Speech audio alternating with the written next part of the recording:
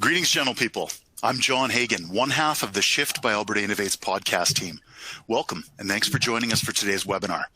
A few things before we start.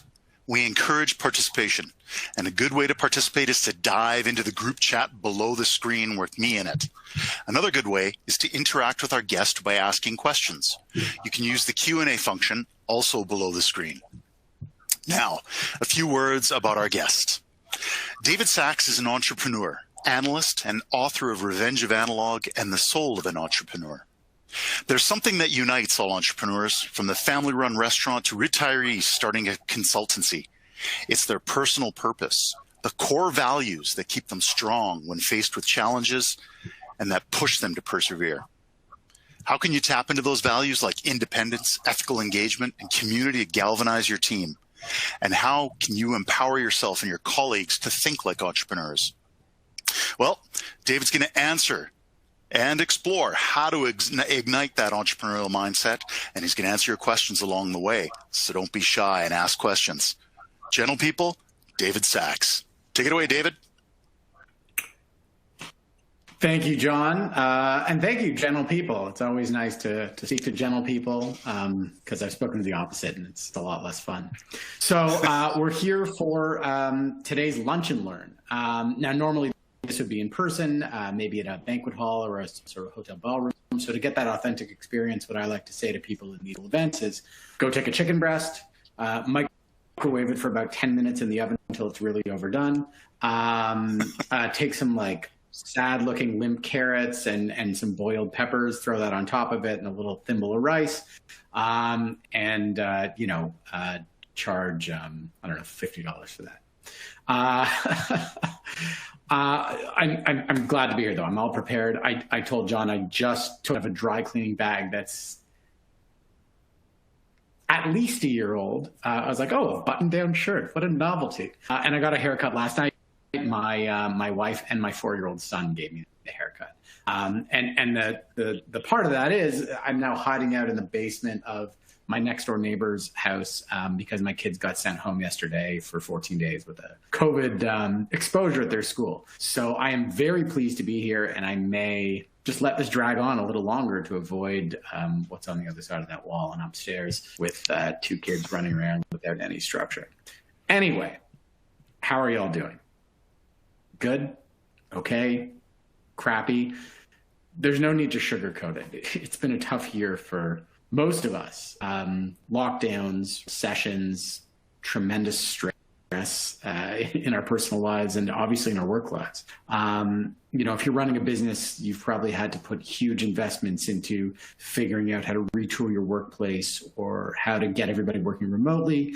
And just as you figure that out, you think it had set and you think the market, you found a niche, everything changes. The science changes, the regulations shift. And then as soon as it goes one way, it goes back. And anyway, here we are a year later.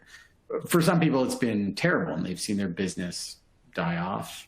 They've had to close up. They've had to move into another industry. They've had to downsize. For others, it's been an unexpected boom time. I mean, I read the other day on CBC that Alberta's tech sector has been thriving this past year. So for those of you who have, this has been, a wonderful experience in many ways.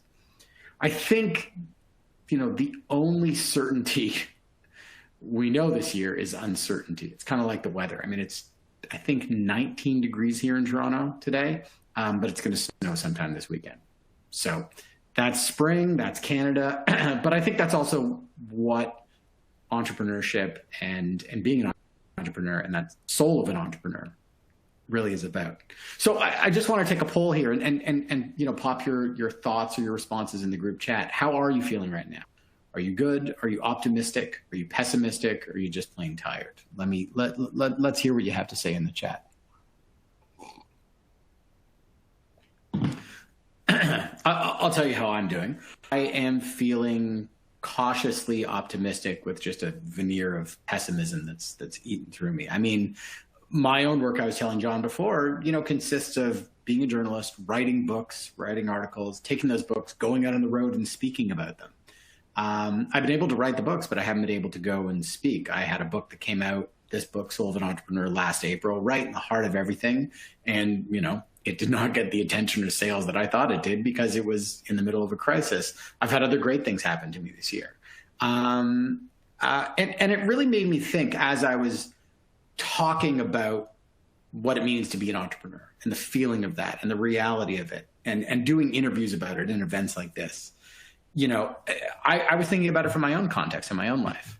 What are we talking about? You know, how do entrepreneurs get through things like this, through tough times? How do we keep going and reignite that entrepreneurial spirit when it gets beaten down, when it gets challenged? And I guess that's the question of where do we go from here, right? The simple answer is a term that a lot of people hear all the time, and it's one that's especially applicable for entrepreneurs, and that's resilience. Resilience. My wife's a career coach. Every day I hear her on the phone. Something resilience. So where does resilience, like what is resilience, right? That we all need that resilience. We all need a little bit of that tasty, sweet resilience, which is a great term, but what does that actually look like? And where does it come from? And how can we kind of tap into ourselves and build it up? That's what I want to talk about today. Where does entrepreneurial spirit, resilience come from? And how can we use it to get us through this crisis and into what lies beyond it? So it's time to dig deep. This is not just me yakking at a mere reflection of myself, which is actually what I'm seeing now. And it's always a very strange thing to see. Really screws with your ego. But this is a participatory conversation. There's about 140 of you here. And I want you to ask questions. I want you to make comments. I want you to share your own experiences in the chat. John is here somewhere in the background, or in Edmonton at least. And there he is, with his behind that. His mother-in-law painted that painting, and it's for sale, by the way. The true soul of an entrepreneur. So, you know, John's going to be moderating that, and he'll call those questions up when I ask. But I want you to feel free to share your real thoughts and your feelings in the chat. And I think the end goal is, you know, maybe to learn a little thing, but really to have a conversation with each other and start that conversation that you can all continue later in one way or another. Ready? I can't hear you, so I guess the answer is yes, whether you want to or not. So, John, thank you for those two beautiful thumbs. First of all, this is the question that I get the most, and so I always like to jump into it. What is an entrepreneur, right? It's an honest question because it's one that really has become sort of a weighted thing. Oh, you know, entrepreneurs, the University of Alberta School of Entrepreneurship, we want to build more entrepreneurs. What the world needs is more entrepreneurs. Well, what exactly do we mean like that? Is it an inventor and an innovator, someone who creates a gadget, a device, Steve Jobs who made this, or Elon Musk who made some, you know, rocket ship or electric car? Is it a super wealthy, super successful individual? Darryl Katz, owner of the Oilers, you know, made millions and millions of dollars in business. Or is it some larger than life loudmouth like, you know, Dragon Den's Kevin O'Leary, which, you know, God help me, some people think is the vision of an entrepreneur. Is an entrepreneur, do they have to be sort of a corporate leader and a CEO and a head of a certain size company? Or can they be a small business owner? Can they be, you know, the mom and the pop who owns a coffee shop or a bookstore or a small consulting company or a small, you know, software development firm, a one-person business? Can it be someone who does it for passion, maybe self-expression, like John's mother-in-law painting her pictures? Or even someone who does it as a lifestyle business, you know, a ski store out in Banff or in Jasper that someone wants to do because they want to be close to the mountains. So take a moment and just think for a second. And if you have an idea, even if it's a one-word thing, I see people already throwing things up here in the chat. What's your definition of an entrepreneur? Mr. Wonderful. Yeah, thank you, Craig. Literally the least thing that Kevin O'Leary is. Wonderful. Someone's willing to take risks. Someone who's positive and has passion. You know, let's hear it and you know, reflect your own circumstance. That is, what makes you an entrepreneur? And also, I mean, think about this and maybe put it in there. Why did you actually become one? John, I see your face. There was also a comment about innovators being that individual, the eureka moment. That's a fiction. Yes, that is. Yeah. So before we get to the idea of the Steve Jobs, I mean, where does entrepreneur even come from? Where does the word come from? So for those of us who attended Canadian public French immersion, you may realize that it is a French word, entrepreneur. Sounds much better. That's about the limits of my education in the Ontario public school system. The word had sort of been around in medieval France for, a couple hundred years. It meant in various ways a military leader, someone who literally was an undertaker, whether you're digging graves or just you did something. The leader of an orchestra was for the broad category. And a man brought it into the realm of economics. So Richard Cantillon was this French-Irish economist in Paris. 390 years ago, he writes a book, which is a series of essays about the economy. Dies, the book gets published 30 years later. And one of the chapters is about the entrepreneur. And he says, there are two distinct classes of people in the economy. There are those who worked for fixed wages, someone who has a job and a boss and a salary, and the rest are entrepreneurs. And the entrepreneur, he said, was everyone from the beggar in the street to the poor farmer taking their pumpkins to the market to the wealthy merchant that's sending ships across oceans in a highly risky venture to try to make, millions and millions of dollars or francs or whatever it was in gold. And he said, what unites them all is the fact that they're willing to take a risk of not being paid today for the hope of some better reward tomorrow. And so to boil it down, I mean, the entrepreneur in Cantillon's word then, as in now, 400 years later, is kind of the same, right? If you take the broad definition of it, anyone who works for themselves is their own boss. It's defined by two key things. And these are the things we're going to talk about today. Risk and freedom. Those are the ingredients that every single entrepreneur, whether you're someone who works for themselves like me, whether you're Elon Musk or Daryl Katz or even Mr. Wonderful, risk and freedom are those two key ingredients. And they're the two key things to understanding not just entrepreneurs, but the core of the entrepreneurial spirit and the source of that resilience. So let's break it down. What do I mean by risk and freedom?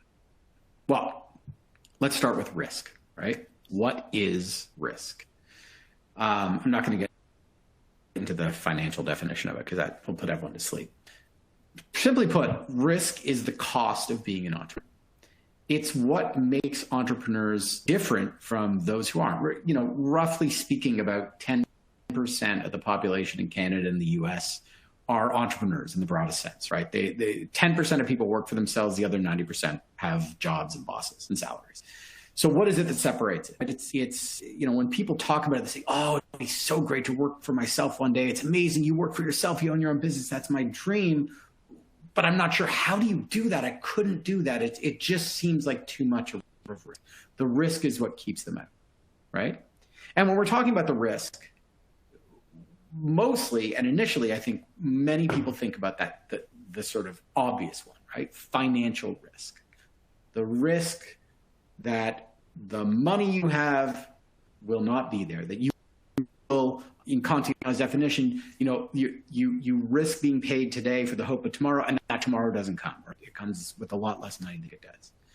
This year, we've seen that risk come home to roost very quickly. The pandemic has taken a huge toll on entrepreneurs and small businesses across Canada and across the world. And it's not just people's paychecks months to months. It's their investments. It's their savings. It's their retirement plans. All of that is on the line, and all of that's the truth. And that risk is serious. I mean, I saw this with myself, right? I write books and I do speaking. And speaking for the past decade has made up 60 to 70% of the dollars that I claim to the CRA every year. And that went from tens of thousands of dollars the year before to, much, much less this year. And that was, a year ago, instantly overnight evaporated. So thank you, Innovation Alberta, for having me here and paying me. But you see it with all sorts of other businesses. I mean, here in Toronto, I walk down the street. It is, brown paper on windows after brown paper on windows after brown paper on windows. I'm sure it's no different in Calgary and Edmonton and Red Deer and wherever you are in the province. I think this is something that even outside of this crisis, we know as entrepreneurs, right? The financial risk is there. We all know people who, in the technology startup business, and many of you are, failure is good. Failure is a normal thing. Well, the financial consequences of those failures. When people's startups don't work out, often it's backed by lines of credit. Those lines of credit are backed by their mortgages. People have put their savings into it. They put their hope into it. People have done without salaries for years, and that risk is real. People have to sell their homes. People have to, take their kids out of private school. People have to restart their retirement savings because they've drained it. I think that financial risk is something that we can see in a very stark way. A couple of years ago, I spoke to a man named Tarek Haddad. The Haddad family had a leading chocolate manufacturing business in Damascus, Syria for 30 years and had put millions of dollars into that business and were starting to export across Europe. And when a government airstrike blew up their factory and the business instantly was destroyed, that was it. All that money, all those years of investment, the investment that they made in the equipment, the factory, the brand, the investments that they made in the lives of their employees was gone. There was no plan B, right? All chips were on the table, and the table was quite literally blown up. There is a man that I wrote about in the book. He's a computer scientist. He's been doing startups. I think he's on his 7th startup now, out of Boston, taught at MIT, taught at Harvard. Brilliant man, John Clippinger. Has worked on linguistics and, the precursors of AI for 4 decades. And he said, he's had 5 of those 6 startups go under. He said, when that happens, you just instantly turn gold to lead, and it hurts. It really hurts. So, I think back to this past year, and there's this interesting entrepreneur that I've spoken with recently. His name is Nav Sangha. Nav was a tech guy. He had a bunch of companies. He'd sold them. He'd done okay. And he decided, like many people, that his latest venture would be into restaurants. So as, he gets into his 3rd year of the restaurant business, the pandemic hits, and he sees instantly business not just slow down, not just get a hit, but completely disappear, and almost, instant bankruptcy is what's on the table. He's on the edge of it. All the money him and his partners have put into the restaurants, everything that's on it, he's on the edge of it. And, it's not like there's VC funders that he can just say sorry to. There's no wealthy investors that'll back him out. He can't walk away from it. And the 3 restaurants in Toronto, he still has to pay rent. So that financial risk is real for him. And I want to get back to Nav in a bit. But I want to ask you again, here we are, March of 2021. What is the biggest financial risk you now face? If you're willing to share that, put it in the comments or chat with each other, or just hold it in your head and think about it. What is the biggest financial risk that you're thinking about individually right now with yourself and your business? So financial risk is an obvious one. Yes, John. No, I just wanted to pop in and say there's one comment about risk can be minimized. Minimized is the important word there, with thorough research and planning. But what are some ways that people can planning and research and research is great, but when COVID comes along, you can't anticipate that. What are ways that we can mitigate those sorts of things? Interesting. I'm going to talk about that actually right now. So we didn't plan this out either, everyone, audience. But John just asked the perfect question, which is why he's not a risk to have here. He's quite the opposite, actually. This gets into the core of what that risk does, right? Because the other risk that people face, aside from the financial risk, is the risk to health. And that comes from stress. Now, there is research that's been done over the past decade about what types of different stresses there are. And we think about stress as a bad thing, but actually there's normal stresses and good stresses in the life of business and the life of an entrepreneur. Positive stresses, motivating stresses. This is the excitement. I have a new idea for something. This business, I really want to leave and start it. This business is something that could be really interesting. It could change things. And I think it could be actually a lucrative thing too. Or when you have a breakthrough in a product idea, or an idea that gets picked up by someone and you actually have a meeting lined up. There's potential, right? That stress that keeps you up at night, thinking, brimming with excitement and ideas, that's good stress. That is a positive stress. That's a motivating stress. And we've all felt this as entrepreneurs. Actually, it's a thing that often gets us into being entrepreneurs. It's like the honeymoon phase of being an entrepreneur. You're like, oh, I'm going to start a business, and you can only think of the good things that are going to. But the other side of it are what are called hindrance stresses. And hindrance stresses, to the comment that John spoke about, are generally things that are out of our control, especially for entrepreneurs who tend to be kind of control freaks. When you are the Haddad family, you have a chocolate business in Syria for 20 years. You can invest all sorts of money trying to think of health regulations and, how can you mitigate the risk of cocoa prices and butter prices and palm oil prices going up, and how can you deal with tariffs and getting into these external markets. And here you can't mitigate the risk of a civil war breaking out in the country where you are and a missile falling on your factory and blowing it up. I talked to because you're in Alberta, I'm going to talk about a cattle rancher. I talked to a cattle rancher in Northern California, Seth Nitschke, sort of a one-man grass-fed beef farming operation. And he said, the things that are stress him out most is not when a cow gets, killed by a coyote and, when he has to drive his truck into town and it breaks down. He can deal with those. He can fix them. It's things he can't control. He can't control the global price of beef. He can't control what competitors in Brazil and Uruguay are doing with their cattle because he's thousands of miles away and has no way of dealing with that, right? That is something that just he can't deal with, and that stress is what keeps him up at night.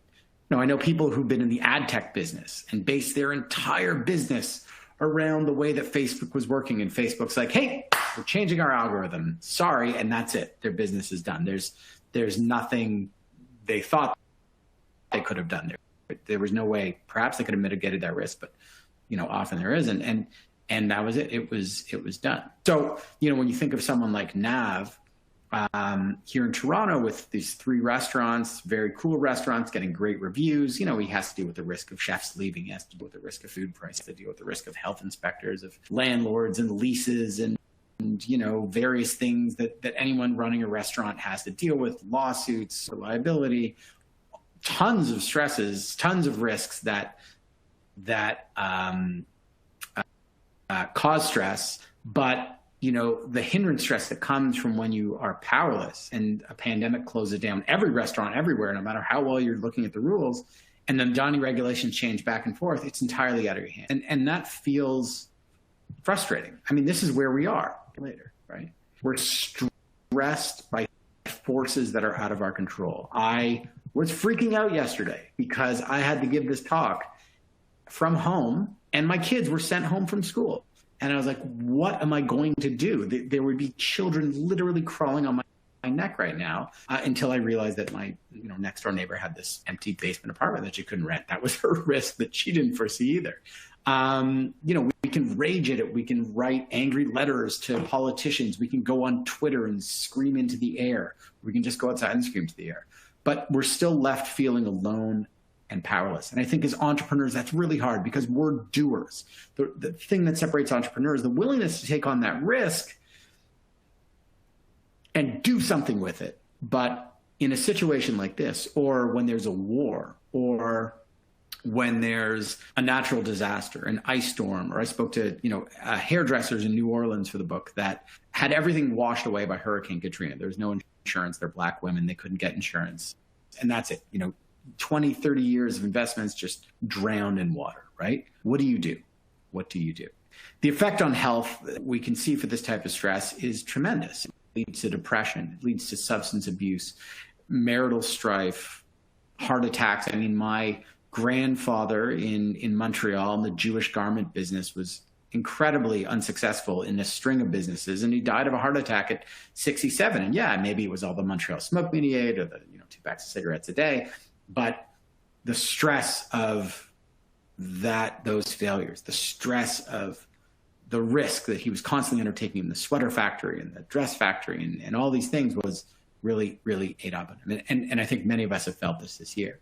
And this stress, this is normal, right? This doesn't go away after COVID. So how do we deal with it?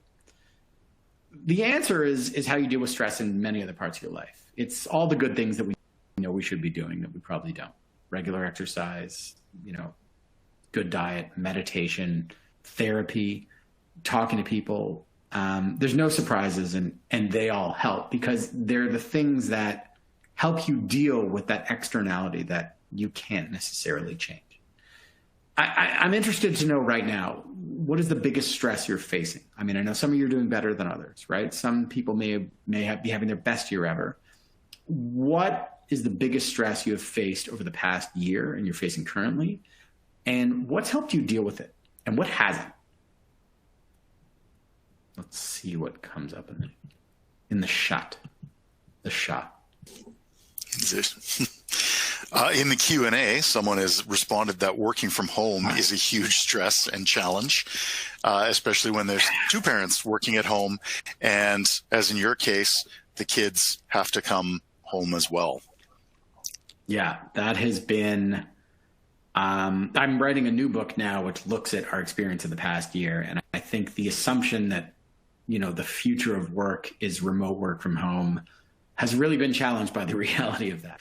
And it's been incredibly stressful and continues to be incredibly stressful. There's just an element of it that does not go away. This is coming from someone who's worked from home his entire career. So the other stress that this leads into, and the other risk that this leads into in a bigger way, is the risk to the ego. And I know that's a sort of big term, right? But the reality is that when you're an entrepreneur, you don't just have a job. Your work is intertwined deeply with your sense of self and your identity, right? And because of that, your life and the way that work affects it and the stresses and the risks makes it into a roller coaster ride. You feel every nauseating twist and turn. When I was interviewing Seth, the rancher in California, having a PBR in his backyard, he said, well, it's not just a roller coaster ride. It's like a roller coaster ride after you've eaten a burrito and drank 3 beers. Or in, a prairie oyster and a Caesar in Alberta parlance. And it really does feel like that. You feel everything so personally. Why is that? There was a study a couple of years ago out of Finland, and they took entrepreneurs and, people who weren't entrepreneurs, and they put them in an MRI machine, and they were talking to them and showing them images about different things, family, work, life. And what they saw was that the entrepreneur, when you spoke about their business, the same part of their brain lit up when you spoke about their family, their parents, their spouses, their children, their pets, right? And what's the truth behind that? The truth is that for many entrepreneurs, as much as we love our business and it gives us meaning and identity, it can actually lead us to lose sight of what is real and what's worth in life. I mean, who here, maybe just like put a little hand up or a, yes or whatever, who here has honestly referred to their business as their baby at one point in life, or my business is my wife, or my business is my husband, or, whatever. Who here has done that? Just throw it out there if you have, or nod to yourself, or take a shot of a Caesar and eat a burrito. That's something that people do, right? And it's seen as this badge of pride. But here's the truth. Your business is not your baby. Your business is not your mother. Your business is not your husband. It's a business. It's an economic idea and structure that you have, and you put a lot of effort and care into it. But it won't love you. It won't hug you. It won't make you snuggle at night as you read it a story. When you're feeling down, it won't visit you in the hospital when you're sick. You are not your business, right? You are an individual, and you run the business and you put a lot of yourself into it, but you are not your business. Because what happens? Business, especially as an entrepreneur, it's full of highs and lows. It's full of the thrill of battle. It's this fight for survival, and it's thrilling, and there's adrenaline and dopamine. And in that journey, the biggest risk is losing your sense of self. You think it's you versus the world, but it can be incredibly lonely and isolating and dangerous, especially when it's actually good, right? How many entrepreneurs do you know in the startup scene, in the tech scene, in your various cities in Alberta, whose business and obsession with it led them to failing marriages, divorce, alienation, substance abuse problems, right? John Clippinger, who's, approaching 80, he blames his divorce squarely on his third business because he lost sight of his wife and his daughter, who he's reconciled with. But it was all about that startup and all about changing the world. And the only thing that changed was John's life for the worse. I think about it a lot, friends of mine here in Toronto as well. And there's one story I think about a couple of years ago. I spoke to an entrepreneur in Colorado. His name was Bart Lorang. He had a big software company. And I said, tell me about the company. He's like, oh, well, we just did $250 million this year. And, we're getting this next round of Series C funding, and it's going to be, sell partners and all these big things. And I said, well, what's the hardest time you've had as an entrepreneur? He's like, right now. He's like, I have shingles. I'm about to get, I'm trying not to get a divorce. My wife and I are going to counseling. It's just absolutely terrible because as we're growing, the pressure of that is taking my time away from all the things.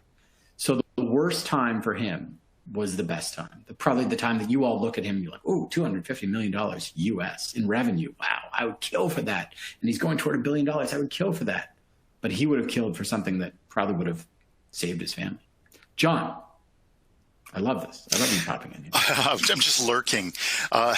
One of the comments that came in through the back end here from Scott as a challenge is developing trust and relationships with clients and potential clients when face-to-face is limited. Yeah. I mean, that is something that's so specific to this year. And there's been tons of research that's showing that there's just a limitation to this, right? Like there is a limitation to this world. Next time perhaps I could come and speak to you and, in one of those rubber chicken lunches, but we could talk afterward. You would laugh, ideally, right? You would cry, ideally. You would get a sense of actually what that thing. And what is, getting back to that idea of that risk to the ego, I mean, what does it show? It shows this need that we need a grounding. We need a grounding in a certain sort of reality as entrepreneurs to counter that risk, the risk to our ego. Because even if your business fails and it's out of your control, that grounding is what helps you get beyond the loss. If you lost a business this past year, maybe you were doing, technology services for the restaurant business or the hospitality business. I spoke to Tourism Alberta last year. I mean, this is brutal for those people. It's just brutal. But, so much of that's not your fault. And even if it is your fault, even if you screwed up and didn't assess the right risk or got in bed with the wrong partner or, purchased the wrong inventory or whatever, if you can deal with that and deal with accepting that failure and not let it destroy your ego and process it and separate the business from yourself, that is the source of entrepreneurial resistance. It's the well that you can draw upon. It's the battle scars that help you move forward. And that's what actually strengthens the entrepreneurial spirit. So, the Haddad family came to Canada as refugees after their business was destroyed. They ended up in the tiny town of Antigonish, Nova Scotia, which I believe is the home of hockey player Al MacInnis. Tarek Haddad was a doctor, but he couldn't practice because he didn't have qualifications. And they're like, what do we do? We're living in this tiny house in this tiny little town, in Nova Scotia. What do we do?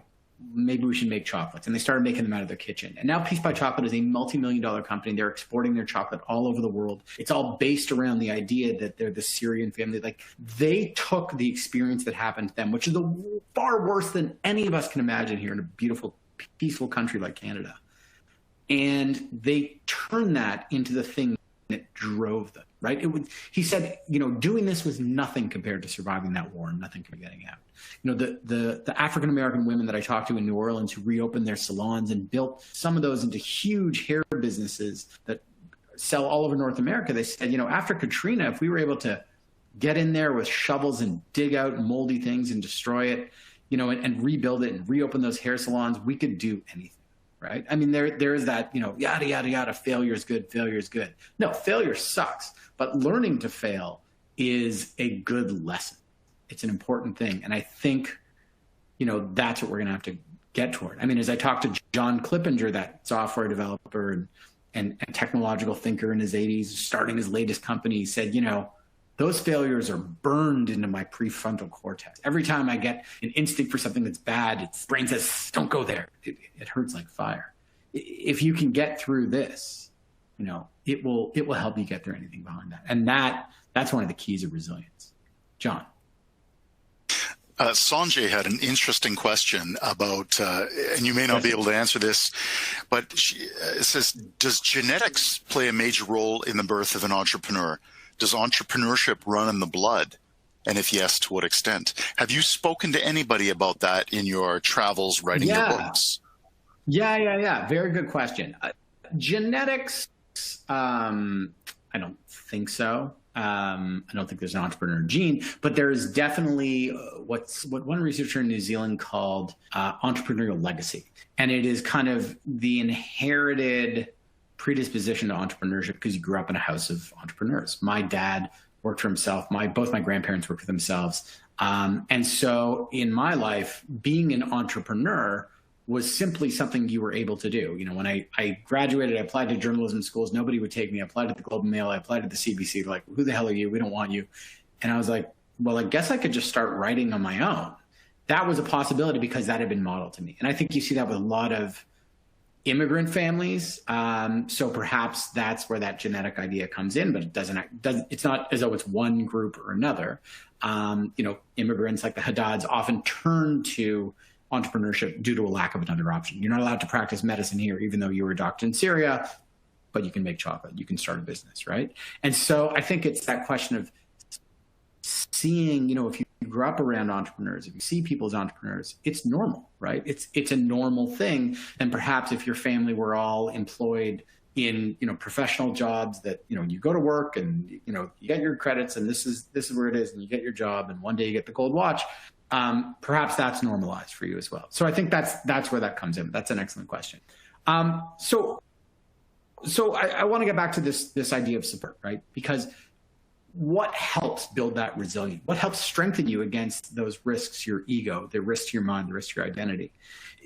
Again, like the exercise and all those other things before, it's those same good things that we know. And we've really realized this past year, right? Community, family, friends, our kids, when they're not home all day, our parents. For me, it's my book club, which is meeting tonight, and I can't actually go into my friend's backyard and do it. For other people, it might be their curling team to hit on the sort of Red Deer Lethbridge side of things.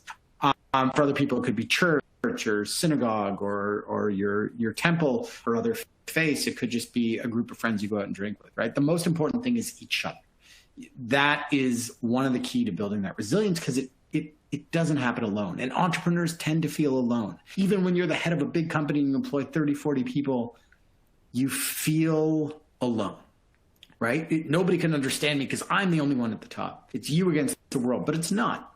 Entrepreneurs have to talk to other people. They especially have to talk to other entrepreneurs, right? There's all this talk about, it's an ecosystem. The ecosystem, we're in the Alberta innovation ecosystem. Well, an ecosystem is actually an interrelation of all sorts of different species and creatures, and they interact with each other. And it's not just this competitive Darwin thing. They support each other, right? There's all this research showing that it's not just one tree and another tree. All the trees are connected and they support each other in different species of trees as well. And an ecosystem isn't just networking events or a way of a pipeline to get sort of, credits or whatever it is. It's a community. And a community is the thing that we crave more than anything this year, right? So how do you support? You got to learn from others. You have to offer help to others. You also have to just listen to others and let them know they're not alone, because that's how you build those deeper relationships. That is a far more important way of networking than, hi, will you be my friend on LinkedIn? Sure, I'll be your friend on LinkedIn. What does it matter? Right? Click, click, click, click, click, click, click. So here's a question. Who have you been turning to help who have you been turning to for support this year? Who here needs someone to talk with about something specific or some of the risks that they're going through. And who here is ready to talk to them? If you are, say it in the chat, put your email in there, or go on the Alberta Innovates website, and there's all sorts of resources that support entrepreneur, and you could, harass John about what those are. So that's risk. That's part one of the talk. John, maybe we'll pop a question in here before we get to part two, which is freedom, sweet freedom. Well, I think the overall comment about entrepreneurial legacy, that inherited predisposition, it's fascinating because Craig commented earlier. He goes, "Well, nobody in all of my family was working for someone else. What happened to me?" And it's interesting because I feel that burn and that desire to want to kind of explore entrepreneurialism in some way. Just haven't figured out what that way is yet. Okay, well, now that your bosses have heard that, you're fired. So you better figure it out. Craig, it's, again, like all these studies, is there a predisposition toward it? It may be. But, the reality is, this is what people always say. Who makes an entrepreneur? What does an entrepreneur look like? There are entrepreneurs that are Black. There are entrepreneurs that are white. There are entrepreneurs that are young. There are entrepreneurs that are old. There are entrepreneurs who are rural. There are entrepreneurs who are in cities. There are entrepreneurs who are extremely shy introverts. There are entrepreneurs who are like Mr. Fabulous or whatever the hell his name is, super loud extroverts. Anyone can be an entrepreneur as long as they're willing to accept the risk and, part two of the talk, the freedom. So what is the freedom, right? The risk is always there, but so is the freedom. There's no guarantee of success in entrepreneurship. I think we all know that. There's no guarantee of money, and there's no guarantee of fame. But there is one thing that entrepreneurship guarantees, and that is freedom. Freedom is the principal benefit of entrepreneurship, right? What is that freedom? It's the freedom to work.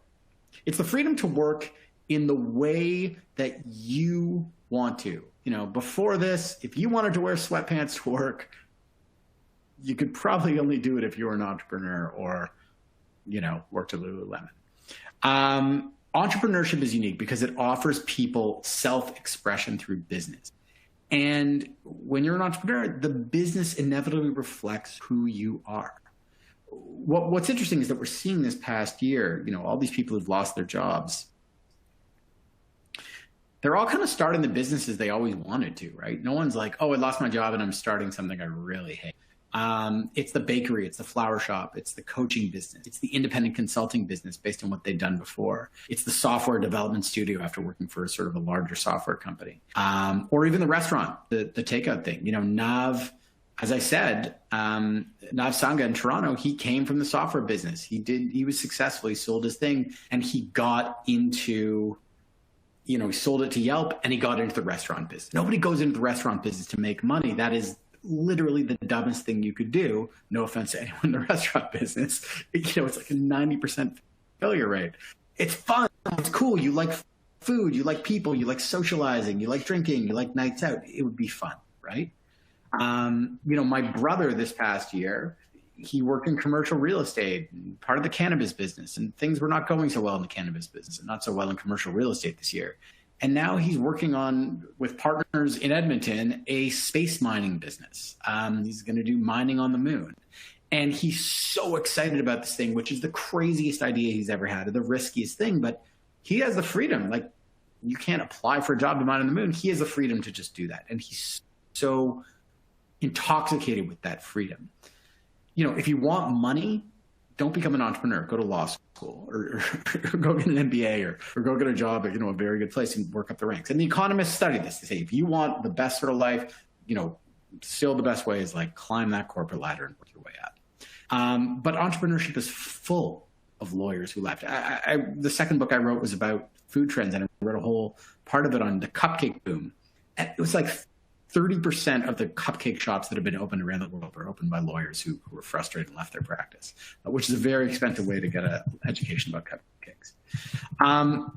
The disadvantages of entrepreneurship and freedom are obvious now. If you own a business that relies on people being in person, unmasked, a fitness club, a yoga studio, hotels, restaurants, right? If you own a Bobbing for Steaks restaurant in Jasper, or, you host cuddle parties or I don't know, you own a lot of cruise ships. It's really difficult. But freedom is kind of the best advantage all entrepreneurs have right now. Because an entrepreneurial freedom fundamentally means that you can do things that you want and you deem necessary. You can take those risks without asking permission, right? You can take back the initiative right away. You can shift, you can pivot, you can change on a dime, you can deploy your assets and talents wherever you see opportunity, and you can seize that opportunity in whatever way you can. So, the Haddads, they got to Canada, they didn't know what they could do. They're like, okay, let's make chocolate. Boom, it was done, right? My wife has a friend, her name's Jal, and over the past 25 years, she's built up an outdoor education business here in Toronto that's incredibly successful. She takes thousands and thousands of students every year out on camping and canoe trips from all over the world, mostly from private schools in North America, but from Korea and South Africa and the United States, who come up to Ontario and go to the Northwest Territories and takes them all on trips. Last summer, couldn't do a single trip. COVID, no one's coming in, no one's going out on those trips. The canoes were shelved in her warehouse and there was nothing she could do. And she managed a way to turn that into a business of doing online resilience training and teaching these same kids the principles that they would have learned by portaging and building a fire or getting eaten by mosquitoes, right? You see that with, some of the e-commerce firms here in Canada, Shopify or Calgary's Halcyon, which have boomed in the surging demand for e-commerce and services. But they've also seen that opportunity to move more aggressively and more concertedly into helping thousands of new and nascent small businesses grow through their services, credit card processing. This is what happened with NAV. So, here NAV is a year ago. Restaurants are shuttered, right? And these are not like places that do sandwiches and you can do a lot of takeout. They're real dining experiences. But he saw an opportunity, and he had a sort of nascent AI business that he was kind of working on as this platform for back-end restaurant stuff. But what he saw was that, they were trying to get some of their food out the door. And Uber Eats and, Just Eat and Skip the Dishes were saying, oh, yeah, we'll deliver your food, but we're going to take 30% of each order, and you're going to have to jack up your prices by 20% to sort of cover this.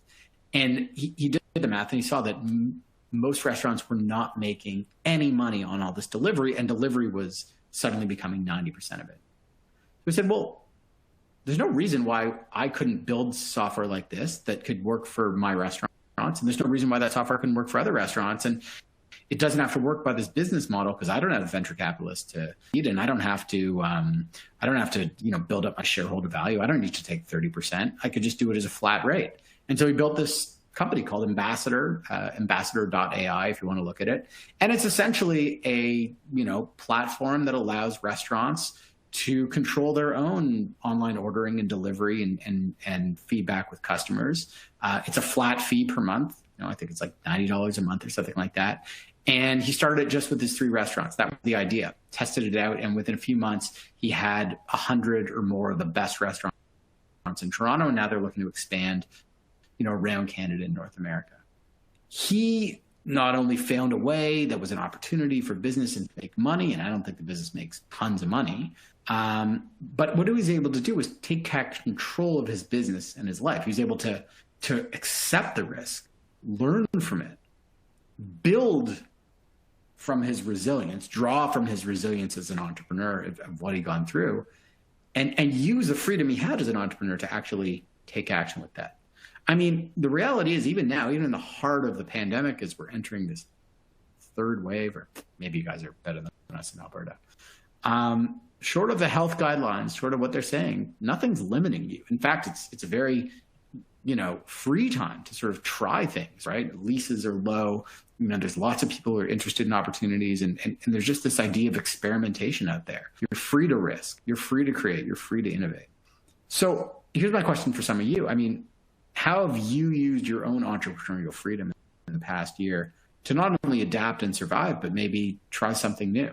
Name one thing. I'm interested to hear a couple of stories or things that you've done, even if it's a small thing within your own business.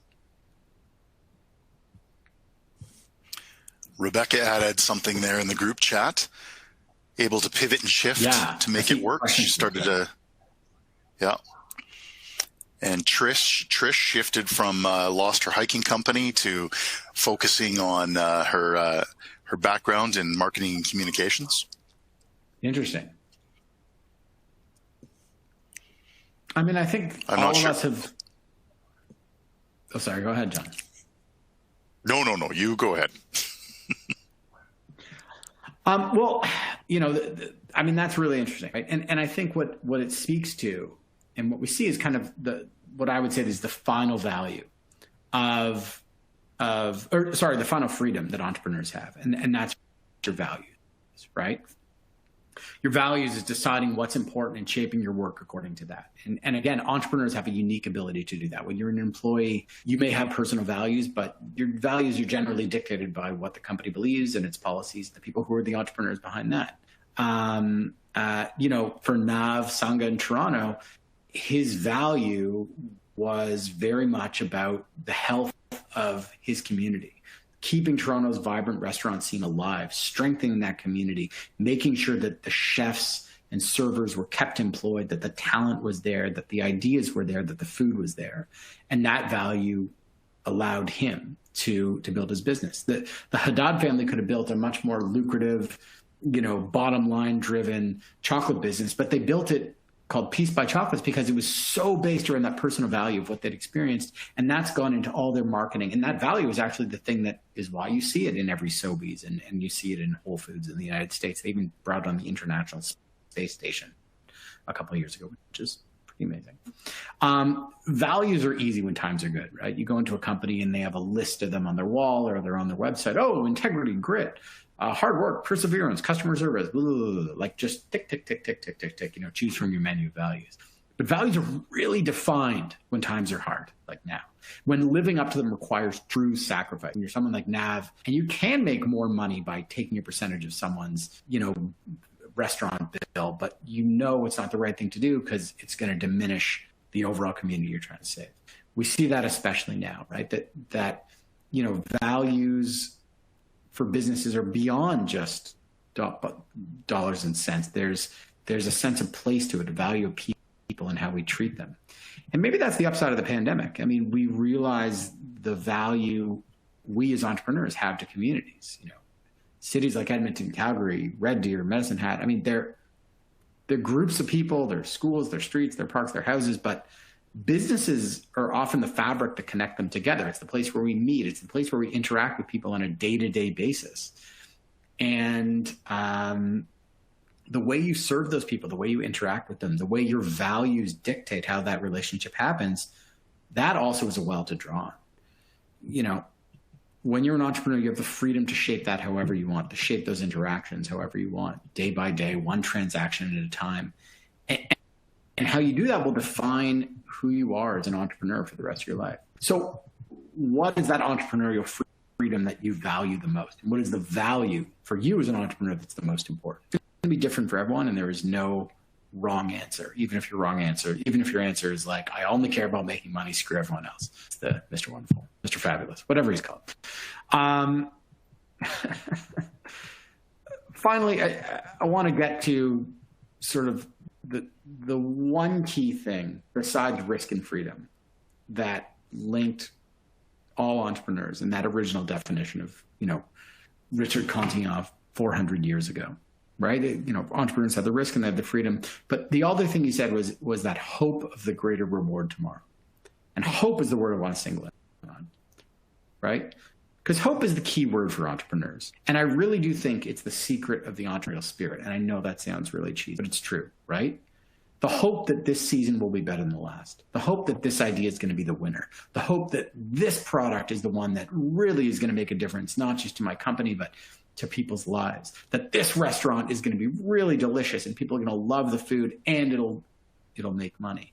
That this company is the one that's going to make me, even happier and give me a better sense of purpose, that this redesign is the thing that will really transform the business that we have. It's the belief that today can be better than yesterday and that you can control that through your actions and how you face those challenges. It's a faith in yourself, fundamentally. And listen, nothing I can tell you is going to make facing the rest of this pandemic any easier or what comes after it. there's no secret to entrepreneurial spirit, and there's no secret to the resilience. There's no shortcut. There's no magic wand. There's no book you can read. It's so weird with these things because everything goes opposite. There's no MBA you can take that's going to teach you just how to do that, right? The secret is simple. It's knowing who you are. You're entrepreneurs. You've always accepted the risk. You'll always have that freedom, and you'll always rely on the hope to keep you going. So my final thing before we get into some questions, what gives you hope right now? March 2021, a year into this crap. What gives you hope, and how are you going to share that and maybe spread it and help it grow with your fellow entrepreneurs in Alberta in the tech industry? I'd love to hear that, and I'd love to see, some of those interactions happen.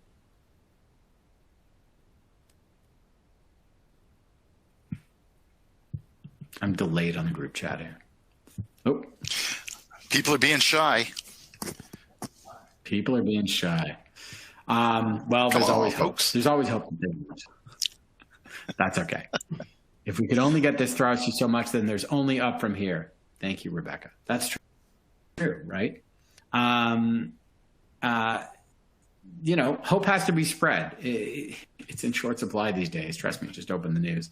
I'm feeling it too. But I think, talking with each other is the best thing you can do. And again, that idea that you're part of a community, the community of entrepreneurs. And it's not just on LinkedIn. It's not just a place to go and attend talks and, maybe meet some investors. It is people who are going through the same thing as you, even if they work in entirely different companies and their circumstances are different. And I think it's that universality of it, that's that true entrepreneurial experience that we have to cultivate in each other.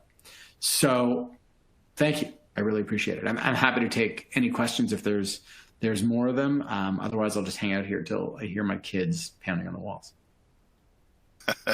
We do have a comment from Jeff who said there appears to be lots of money for investment now. Oh, okay, great. So that's Alberta bound. We're all heading out there specifically for watching. And also we have access to incredible technologies too. Yeah. There is, there is always opportunity out there. And I think, there's always going to be the freedom to take it up and the risk. I see things in the group chat. Alberta's already pivoting away from O&G into the renewables in the tech sector, which is great to see, which, I've heard quite a bit about. Actually, one of the reasons my brother and his, space mining company is really based on that, is all the talent that's there that knows how to extract resources can be applied to this. I mean, there's brains and communities of people who are eager and hungry to do things, even when it seems, hopeless or when it seems impossible to see that in one way. John, what gives you hope this year? Oh, music. I play a lot of music. I write a lot of music and record. So I have, and that's one thing I was always thinking about as you were talking is it's so important for me to have a creative outlet. And that's my community, to write, to play, to share that. That's great. And I think that's a key thing. I would love if you played us out with a song. That would maybe be the best way. Well, and I have to say too, I'm blessed. I'm blessed that I have an employer that lets me, explore those creative outlets as well. For video and stuff. If you check out your invitation that you provided us, there's music that's wrapped around that. It's courtesy of yours truly. I wish we could play it. Great comment by Carlos.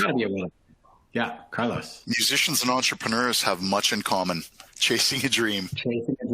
And also, no one goes into music for, I'm going to be Led Zeppelin and make tons of money, right? It's the belief in, it's the most important thing is actually doing it. That's the reward, right? That's the freedom.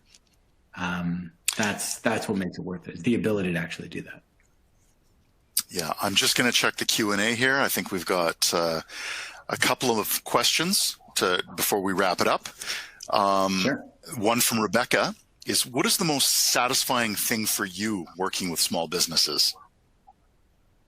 I I mean, the part of the job I love the most is, as a journalist, is getting to know the individuals behind the businesses, because especially the smaller businesses, it's so personal, and so much of their personality comes through in that. And you really get to know someone in a way that you would never get to know them in any other sense of life unless you happen to be their family. And even their family, sometimes people don't bring this stuff home with them. So, to me, it's the most satisfying part of it, because you really get to see that behind each business is a human story, right? It's a tale of humanity and all the things that someone's gone through that's brought them there, and you see it and you feel it and you taste it in their business. It just becomes apparent. That's why two people can have two of the exact same businesses in the same city or even on the same block, and they'll be completely different. That's wonderful. And I think let's wrap it up there, because we're at 1:00 and I know people have busy days.